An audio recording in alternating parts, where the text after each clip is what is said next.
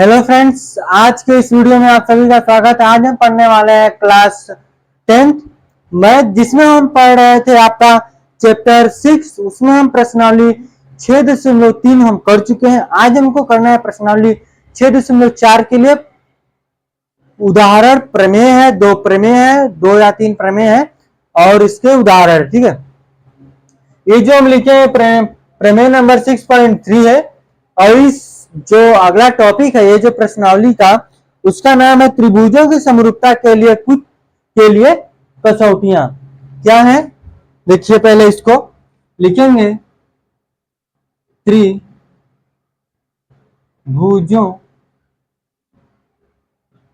के त्रिभुजों की समरूपता के लिए कसौटियां। त्रिभुजों की समरूपता के लिए हम कसौटियां देखेंगे। ठीक है, किस किस तरह से त्रिभुज समरूप हो रही हैं यहाँ पर। ठीक है, तो यहां से जो पहला है, देखिए हम दो त्रिभुज दिए रहेंगे, वहां से हमको समरूपता की जो कसौटियों से उनको हमको सिद्ध करना पड़ेगा। ठीक है, तो देखिए समरूप यानी सिद्ध करना पड़ेगा। किस किस तरह से यहाँ पर होंगे इस प्रश्नावली में जो आएगा। तो देखिए, अगर मान लीजिए किस तरह से है आपका, यह एक ट्रायंगल है और एक दूसरा इसी तरह का। ये मान लीजिए कि ए बी और सी है, ये पी क्यू आर है। ए वाला पी के समांतर है, बराबर है बी वाला क्यू के, और जो सी है वो आर, जो सी है वो आर के हो जाएगा। ठीक है, तो पहला हो जाएगा आपका जो होगा एंगल ए बराबर होगा एंगल पी के। ठीक है, एंगल ए बराबर होगा एंगल पी के, और एंगल बी बराबर हो गया एंगल क्यू के, एंगल सी बराबर होगा एंगल आर के। तो इस तरह से हो जाएंगे। और देखिए यहां से जब हम क्या करेंगे, और क्या लिख सकते हैं, जो ए बी है, समांतर की बात करेंगे तो जो ए बी है, ए बी बटे पी क्यू, ए बी बटे पी क्यू। फिर उसी तरह से जो यहां से जो बीसी है, वो जो बीसी है, जो बीसी है बीसी बटे क्यू आर, और ए सी बटे पी आर हो जाएगा। इस तरह से हम यहाँ पर इसको क्या करेंगे, दोनों त्रिभुजों की समरूपता होती है इस तरह से जब होगा तो, या इस तरह से यहाँ पर हम इसको सॉल्व करने वाले हैं। ठीक है, तो एक जो ये प्रमेय है वो क्या बोले है उसको देख लीजिए कि जो प्रमेय है 6.3, यदि दो त्रिभुजों में संगत कोण बराबर हो तो उनकी संगत भुजाएं एक ही अनुपात में होती हैं और इसलिए ये त्रिभुज समरूप होते हैं। जैसे कि अभी हम यहाँ पर इसको लिखे हैं, तो इसी त्रिभुज पर हम ले लेंगे यहां से। ठीक है, नहीं थोड़ा सा अलग है, अलग बनाएंगे यहाँ पे। देखिए, जैसे कि मान लीजिए ये आपका त्रिभुज है।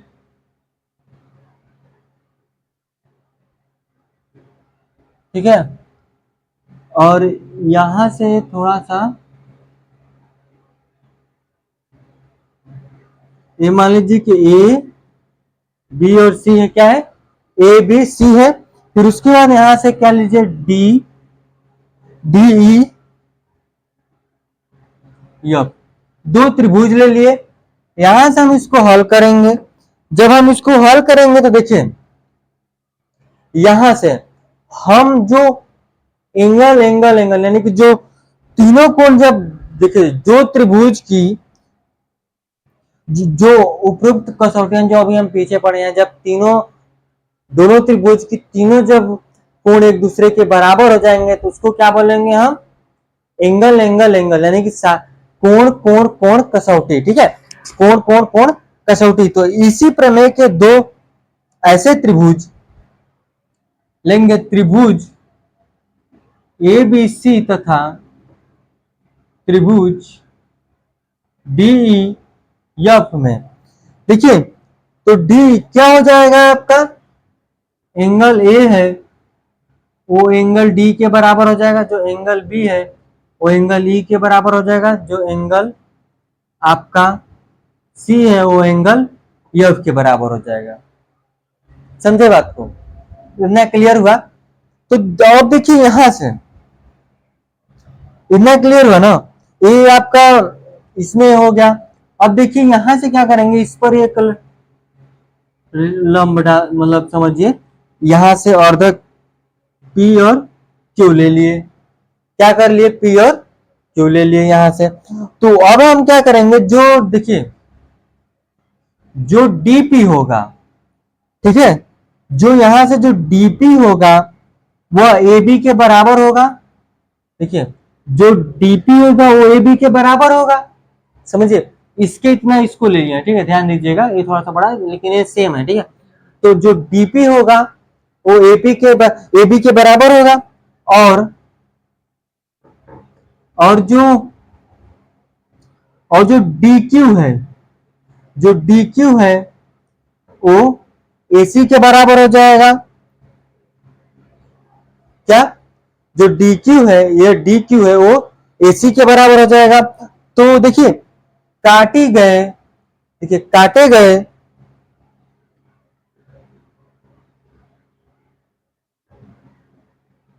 काटिए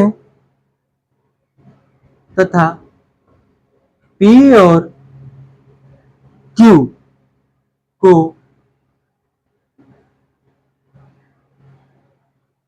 देखिए यहां से जब हमने यहां से क्या किया है, जो काट, देखिए पी और क्यू को कहां पर काटे हैं, देखिए जब देखिए डीपी और एपी होगा, यहां पर बिंदु ले लिए, ठीक है, डीपी को ए बी के बराबर कर दिए, फिर डी क्यू को ए सी के बराबर कर दिए, तो फिर उसके बाद क्या करेंगे, यहां से पहले मिला दिए फिर बाद में इसको इससे मिला देंगे, यानी कि पी और क्यू को मिला मिला ये या मिलाने पर, ठीक है। अब देखिए क्या बन जाएगा आपका त्रिभुज ए बी सी सी सर्वांगसम। देखिए जो त्रिभुज है क्या हो गया, डीपी क्यू, त्रिभुज क्या हो जाएगा, डीपी क्यू। इसी को हमको अतः इसको हम लिख सकते हैं, अतः जो ए बी सी है वो डीपी क्यू के समांतर है, ठीक है, समांतर है। तो अब देखिए क्या लिख सकते हैं, जो एंगल बी है वो एंगल पी के बराबर हो जाएगा, जो एंगल बी है वो एंगल पी के बराबर हो जाएगा।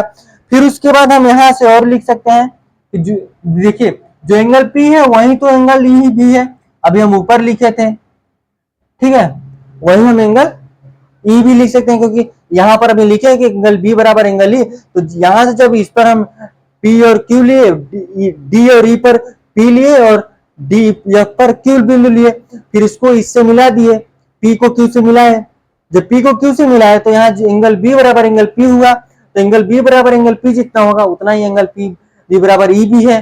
तो यहाँ पर हम लिख सकते हैं एंगल बी बराबर एंगल पी और एंगल ई बराबर एंगल पी बराबर एंगल ई ले लिए। तो अब देखिए, और जो पी क्यू है समांतर हो जाएगा ई एफ के, पी क्यू क्या हो जाएगा, समांतर हो जाएगा ई एफ के, प्राप्त होता है, क्या होता है, प्राप्त होता है। देखिए जब यह वाला इसके समांतर है तो पी, देखिए बी सी समांतर होगा ई एफ के, तो पी क्यू के भी समांतर हो जाएगा वो, ठीक है। तो यहां से जब हमको पता चला कि जब ये दोनों समांतर है, तो अब देखिए क्या लिखेंगे कि यहां से हम कि जो डीपी है, डीपी बटे पीई, देखिए डीपी बटे पीई बराबर हो जाएगा डी क्यू बटे, देखिए डी क्यू बटे D F, sorry Q F हो जाएगा। क्यों, देखिए क्यों होगा आगे हम सॉल्व करते हैं, फिर इसके बाद देख लेंगे, ठीक है। आगे लिखेंगे जो ए बी है, ए बी है, आगे देखिए जो यहां से देखिए, ठीक है, जो ए बी है वो क्या हो जाएगा, ए बी है जो वो डीई के समांतर हो, ए बी बटे डीई बराबर ए सी बटे डी एफ हो जाएगा, ए सी बटे डी एफ हो जाएगा। यहां पर हम लिए भी हैं, सब समझिएगा, ठीक है बात को। अभी हम जैसे पीछे किए थे ना, सेम नीचे वाले को वही वही लिए ही हैं। यह भी क्यों होगा, तो इसलिए इस प्रकार देखिए, यहां से इन दोनों से क्या हो जाएगा, जो इस प्रकार हम क्या लिख सकते हैं कि जो ए बी है, देखिए यहां से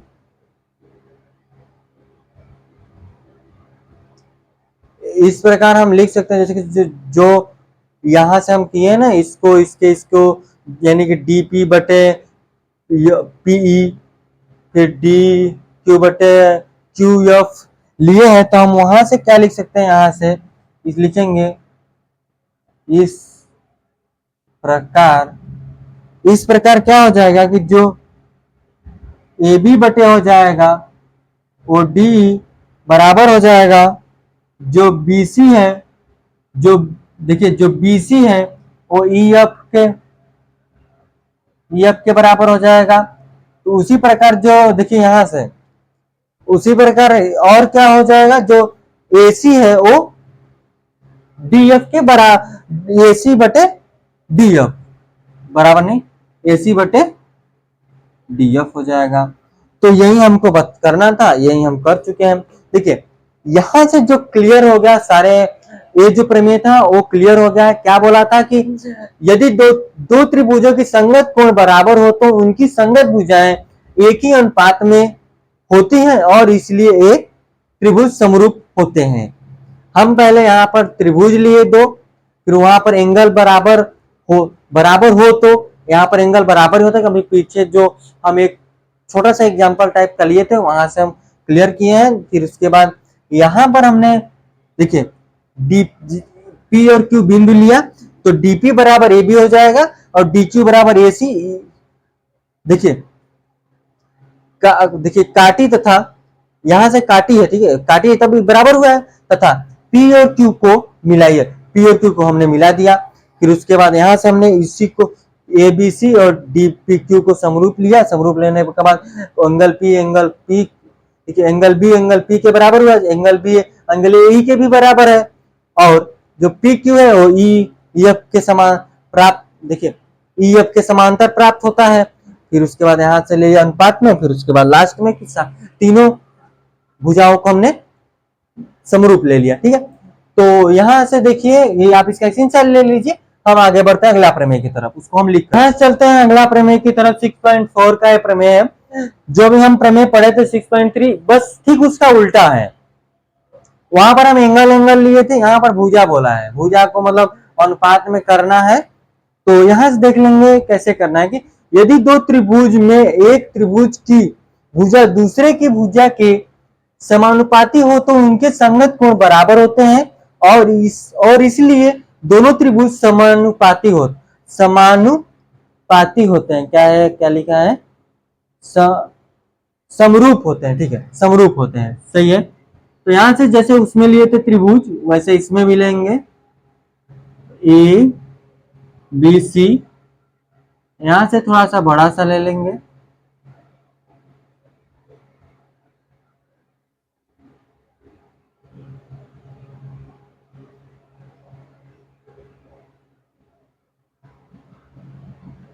ठीक है, यहां ले लेंगे डी ई और एफ ले लेंगे, ठीक है। तो अब देखिए इसको हम कैसे हल करते हैं,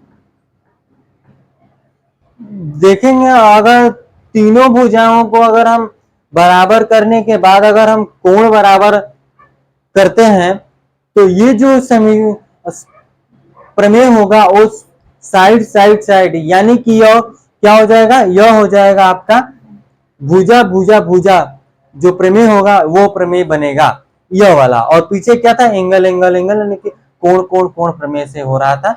यहां पर होगा भुजा भुजा भुजा प्रमेय है यह, ठीक है। तो यहां से देखिए हम क्या लिखेंगे, देखिए इस पर हम एक जैसे कि वहां लिए थे पी और क्यू बिंदु लेंगे, क्या लेंगे, पी और क्यू बिंदु। लिखेंगे पहले कि कोण त्रिभुज ए बी सी तथा त्रिभुज डी पी क्यू में, सॉरी डी ई एफ में क्या है, जो ए बी है, जो ए बी है वो किसके बराबर हो जाएगा, डी एफ डीपी के बराबर हो जाएगा। और जो ए सी है वो डी क्यू के बराबर हो जाएगा। क्या हो जाएगा, डी क्यू के बराबर हो जाएगा। एक काटा है, कौन काटा है, देखिए अगर हम देखेंगे यहां से, जैसे कि ए सी और डी क्यू के किस तरह से यहाँ पर बराबर हुआ, तो यहाँ काटिए, काटा क्या है कि जो पी पी है और क्यू को मिलाइए, इसको काटिए, ठीक है। इसको क्या करेंगे, काटिए तथा पी और क्यू को हमने मिला दिया, सिंपल सी बात है। अब देखिए हम आगे क्या लिखेंगे यहां से कि जो यहां यह रेखा, जहां देखिए इसको क्या कर देंगे, इसको इससे मिला देंगे। हम अभी पीछे क्या सॉल्व किए थे कि जो यहां लिखेंगे, जो यहां यह रेखा जो खींची जा सकती है, जैसे कि जो डीपी है वो पीई के डीपी बटे पीई बराबर डी क्यू बटे क्यू एफ हो जाएगा, ठीक है। इसी के अनुसार डीपी बटे पीसी, सॉरी पीई पीई और डी क्यू बटे क्यू एफ, और जो पी क्यू है समांतर हो जाएगा ई एफ के, ये समांतर है। कैसे होगा, यहां पर आप कैसे लिखें, कैसे होगा, तो यहां से देखिए जो कोण P है वो कोण E के बराबर है, ठीक है। और जो कोण Q है वो कोण F के बराबर है, ठीक है। कोण ये देखिए संगत कोण बनेंगे, ये संगत कोण बनेगा ना, संगत कोण बनेगा तो कोण Q और कोण F बराबर हो जाएंगे। तो अब देखिए आगे जो DP है और DE, देखिए DP DE के DP बटे DE बराबर DQ बटे DF बराबर PQ बटे हो जाएगा EF के, PQ बटे EF बराबर हो जाएंगे, यानी कि तीनों हो जाएंगे, इसकी अनुपात में आ गई, बराबर में आ गई, ठीक है। तो अब देखिए यहां से हम क्या करेंगे, देखिए बात को समझिएगा, ठीक है। इस वाले को किसी को हम क्या करते हैं कि घटा लेते हैं या जोड़ लेंगे, तो देखिए क्या हो जाएगा, छोड़िए सिंपल सी बात है, यहां से लिखेंगे डीपी बटे डीई बराबर हो जाएगा डी क्यू बटे क्यू एफ बराबर हो जाएगा बीसी बटे, देखिए यह वाला इसके समांतर होता, देखिए डी डी एफ, ठीक है, डी पी इसके एफ, देखिए डीपी हुआ, जो ये वाला त्रिभुज है, बड़ा छोटा वाला में से डीपी, बड़ा में से डीई, डीई ले लिए बटे में, फिर यहां से डी क्यू, ये डी है, जो डी क्यू बटे क्यू आर बराबर में, फिर यहां से देखिए हम इसको बराबर लिए थे, यानी कि बीसी ई एफ के बराबर होता है, होगा, यहां से समांतर हो रहा है, तो यहां से आप क्या लिख सकते हैं कि जो बीसी बटे ई एफ हो जाएगा, ध्यान दीजिएगा, यहां से जो आपका PQ है EF के समांतर है। तो यहां से जो त्रिभुज है, त्रिभुज ABC सर्वांगसम होगा त्रिभुज DEF के। क्या हो जाएगा? DEF के समांतर हो जाएगा। जब यहां से DEF के समांतर होगा तो यहां से हम क्या क्या लिख सकते हैं? क्यों समांतर होगा? देखिए, तो जो कोण A है कोण D के बराबर होगा, और जो कोण B है वो कोण E के बराबर होगा, ठीक है। और जो कोण C है वो कोण F के बराबर हो जाएगा। समझ गए बात को? इतना हम इसको बराबर कर लिए। तीन भुजाएं जब समा अनुपात में होगी तो उनकी तीनों कोण क्या हो जाएंगे? बराबर हो जाएंगे। ठीक है, तो यह था आपका 7.4 प्रमेय। एक और प्रमेय करते हैं, लास्ट ये प्रमेय होगा 7.5। आप इसका स्क्रीनशॉट लीजिए, फिर हम आगे बढ़ेंगे। यहाँ देखिए, इस वीडियो का लास्ट प्रमेय है और लास्ट क्वेश्चन भी इसको बोल सकते हैं। फिर उसके बाद जो उदाहरण बच रहा है वो हम नेक्स्ट वीडियो में करने वाले हैं। ठीक है, तो यहाँ देखिए, यह है प्रमेय 6.5। बोला कि यदि एक त्रिभुज का एक कोण दूसरे त्रिभुज के एक कोण के बराबर हो तो, तथा इनके कोणों के अंतर्गत करने वाली भुजाएं समानुपाती हो तो दोनों त्रिभुज समरूप होते हैं। इसका कहने का मतलब क्या है? जैसे कि अगर हम जैसे पिछले अभी जो प्रमेय था उस प्रमेय की तरह हम यहाँ पर दो त्रिभुज हम बनाते हैं। जैसे कि मान लीजिए कि यहाँ से ABC, यहाँ पर DEF, यहाँ पर P और Q बिंदु ले लिए और इसको इस तरह से मिला दिए। ठीक है, अभी हम ये दो क्वेश्चनों से यही करते आ रहे हैं अभी तक। तो मतलब ये दोनों त्रिभुज ले रहे हैं। पिछले वाले में शुरू जो फर्स्ट वाला प्रमेय था इस लेक्चर का, उसमें हम क्या एंगल को बराबर किया, फिर उसके बाद भुजा को अनुपात में लिए। फिर दूसरे प्रमेय क्या था कि अनुपात में भुजा को लिए, फिर उसके बाद लास्ट में क्या कर दिए? एंगल को, कोण को बराबर कर दिए। ठीक है, तो यहां से देखिए, और लास्ट में क्या बोला था कि दोनों त्रिभुज समरूप होते हैं या नहीं, ये हमसे बताना है कि समरूप होते हैं। तो यहां पर क्या किया है कि एक एंगल को, और जैसे कि देखिए, मान लीजिए यह वाला एंगल इसके बराबर हो जाए। ठीक है, ए वाला एंगल डी के बराबर हो जाए, तो आप क्या लिखेंगे? देखिए, हल करेंगे। त्रिभुज ABC तथा त्रिभुज DEF में, त्रिभुज ABC और DEF में तो हमको क्या लिख, देखिए जो AB है और AB बटे D बराबर AC बटे DF, अनुपात में ले लिए, वो भी बराबर करके। ठीक है, तो अब देखिए यहां से क्या लेंगे? जो एंगल ए है और एंगल डी, ये हमको बोला है तो प्रमेय में। ठीक है, प्रमेय में बोला है, यानी कि एंगल ए और एंगल डी बराबर ले लिए और इसको जब अनुपात में लिए तो क्या बोला है कि अंतर्गत भुजाएं समानुपाती हो तो दोनों त्रिभुज समरूप होते हैं।